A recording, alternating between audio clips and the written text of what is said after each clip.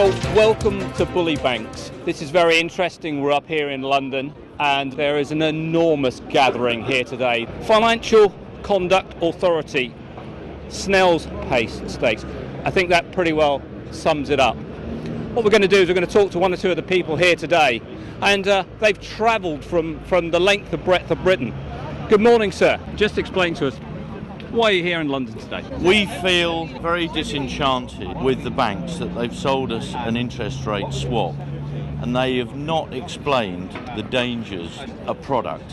What sort of timescale? We bought the swap in 2006 and we've had to sell our premises to pay off the bank last October. We've kept that product going because we don't want to crystallise the loss on that exit fee. Okay, let's just explain to the viewers, what sort of impact has this had on the business? Well, effectively, the government, the Bank of England, have tried to stimulate the economy in very difficult series of events through the credit crunch, and they've done that by reducing interest rates. So it's caused enormous problems, and not only have you got the lack of cash that's gone into the rate swap, you then find you're saddled with a huge exit fee, so you can't change lenders. So you're stuck with your bank, as it were. So it's had a huge impact. And all the people who've taken rate swaps are people who have invested in the future. They've, by definition, bought big ticket items, factories, businesses, hotels, shops. Sure. So they've really backed their raison d'etre of what they're trying to do in their business. And they've been punished by the banks through this very divisive, very complicated, no doubt very clever thing called an interest rate swap. And so that's why I'm protesting here. I've never protested anything like this in my life. I've been in business 37 years. I really wouldn't think I had time for this, but we are so frustrated with the slow pace of progress by the banks, particularly in our case Royal Bank of Scotland, who initially sold us the interest rate swap. Yes. So that's why I'm here. You must be extremely pleased with the amount of people that are here today. Just explain to us what's happening behind us. We're delighted with the turnout, and why people are turning out is very simple. It is to demonstrate solidarity. It's to show our resolve, to show our determination. We are a group of businessmen, small and medium-sized businessmen and women, and we have suffered from the disgraceful misconduct of the banks over a period of years. And we are standing here because the regulator is failing us. The regulator is not compelling the banks to deliver prompt and equitable redress. And we're standing here, if you like, in solidarity with our members of Parliament who are bringing this subject to the House of Commons today. I think one of the interesting facts is we're talking to people today, 2005, 2006, 2007. Okay, gentlemen, just refresh my memory. What year?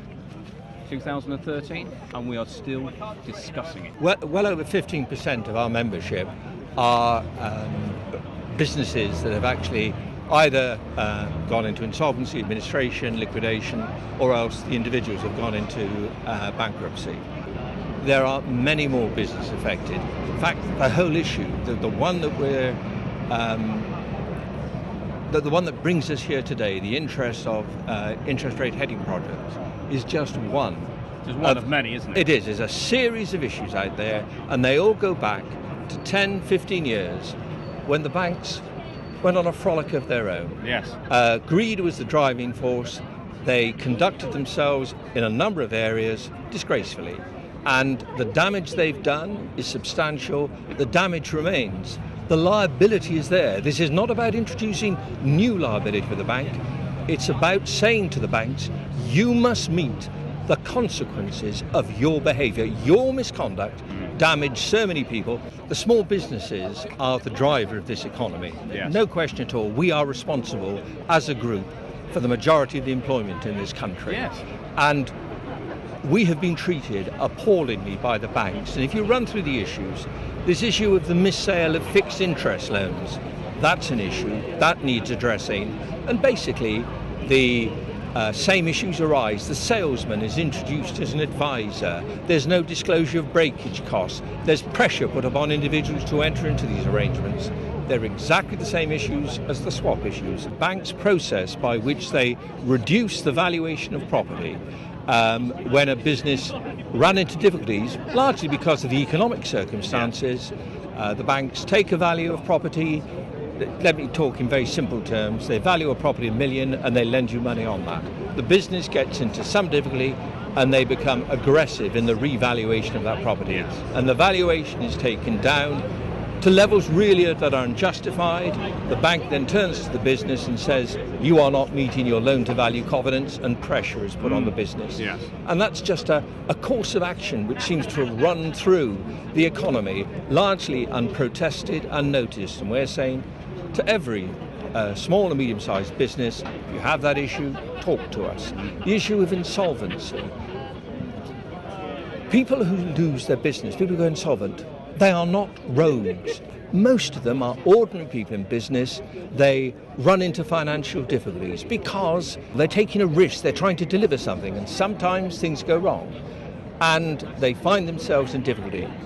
They need to be supported through the process. And when you see the behaviour of the banks in the process, and actually quite often the behaviour of the insolvency practitioner, and you're looking at a businessman or a businesswoman who is completely vulnerable in that situation. Yes. What has happened is not acceptable.